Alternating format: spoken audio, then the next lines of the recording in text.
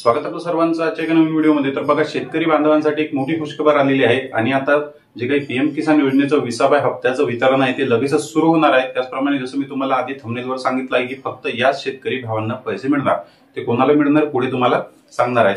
तर बघा, पंतप्रधान नरेंद्र मोदी यांच्या हस्ते जे आहे ते वितरणाची बटन दाबलं जाणार आहे।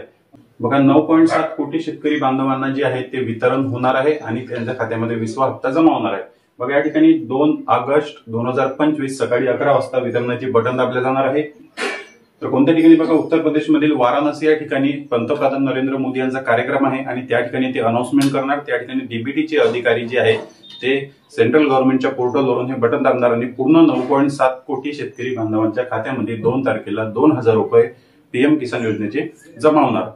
तर बघा, हे पैसे 100% कोणत्या शेतकरी भावांच्या खात्यामध्ये जमा होणार, तर ज्या शेतकऱ्यांचं बँक अकाउंट डीबीटी ऍक्टिव्ह आहे, ज्या शेतकऱ्यांचं बँक अकाउंट डीबीटी ऍक्टिव्ह आहे। बघा, या ठिकाणी मी तुम्हाला एक्झाम्पल दाखवत आहे।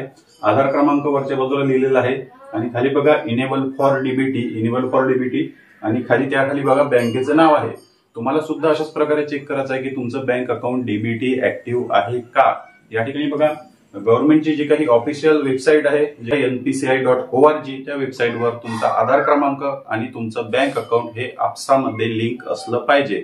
बघा, बँकेमध्ये केवायसी तुम्ही केली असेल तर बँकेमधील केवायसी फक्त बँकेतीलच व्यवहार करण्यासाठी कमी पडणार। जे काही बँक आहे सर्वच बँकांमध्ये कोणत्या तरी बँकेमध्ये तुमचं अकाउंट असेल यापैकी, त्यामध्ये जर तुम्ही केवायसी केली असेल तर ते फक्त तुमचा व्यवहार करण्यासाठी, पैसे विड्रॉल करण्यासाठी किंवा पैसे जमा करण्यासाठी, व्यवहार करण्यासाठी फक्त कमी पडणार। पण बघा, डीबीटी कोणत्या ठिकाणी कमी पडते, शासनासोबत म्हणजे सरकारसोबत व्यवहार करण्यासाठी। सरकारसोबत जर तुम्हाला कोणत्या योजनेचे पैसे घ्यायचे असेल, व्यवहार करायचा असेल तर तुम्हाला डीबीटी वरूनच शासनाकडून पैसे पाठवले जाते। म्हणजेच तुमचं बँक अकाउंट आणि तुमचा आधार नंबर हे शासनाच्या वेबसाईटवर लिंक असलं पाहिजे, बँकेमध्ये नाही तर शासनाच्या वेबसाईटवर लिंक असलं पाहिजे। आता हे लिंक करण्यासाठी बघा, तुम्ही बँकेमध्ये सुद्धा अर्ज देऊ शकता, किंवा तुम्ही ऑनलाईन या वेबसाईटवर सुद्धा अप्लिकेशन टाकू शकता। 2 ते 3 मिनिटांमध्ये ऍक्टिव्हेट होऊन जाते। कोणत्याही बँकेमध्ये जर तुम्हाला ऍक्टिव्हेट करायचं असलं तर 2 ते 3 मिनिटांमध्ये लगेच तुम्हाला SMS येतो आणि प्रोसेस खूपच सोपी आहे। त्याबद्दल सुद्धा मी एक व्हिडिओ आपल्या चॅनलवर टाकलेला आहे। बघा, त्या व्हिडिओची लिंक सुद्धा मी तुम्हाला व्हिडिओच्या शेवट या ठिकाणी देणार आहे, तुम्ही क्लिक करून पाहू शकता की कसं ते ऑनलाईन ऍक्टिव्हेट करायचं। तर बघा, आता महत्वाचा मुद्दा काय आहे की डीबीटी ऍक्टिव्ह असल्याशिवाय पैसे येणार नाही। डीबीटी वरून पैसे कशा प्रकारे पाठवले जाते, तुमच्या आधार क्रमांकावरून। तुमचा आधार क्रमांकाचा वापर केला जातो, तुमच्या बँक अकाउंटचा वापर केला जात नाही। इकडे तुमच्याजवळ 2 अकाउंट आहे, 3 अकाउंट आहे, 4 अकाउंट आहे, फरक पडत नाही। पण या 3-4 अकाउंट पैकी फक्त या ठिकाणी या वेबसाईटवर तुमचा एकच अकाउंट डीबीटी ऍक्टिव्ह राहू शकते।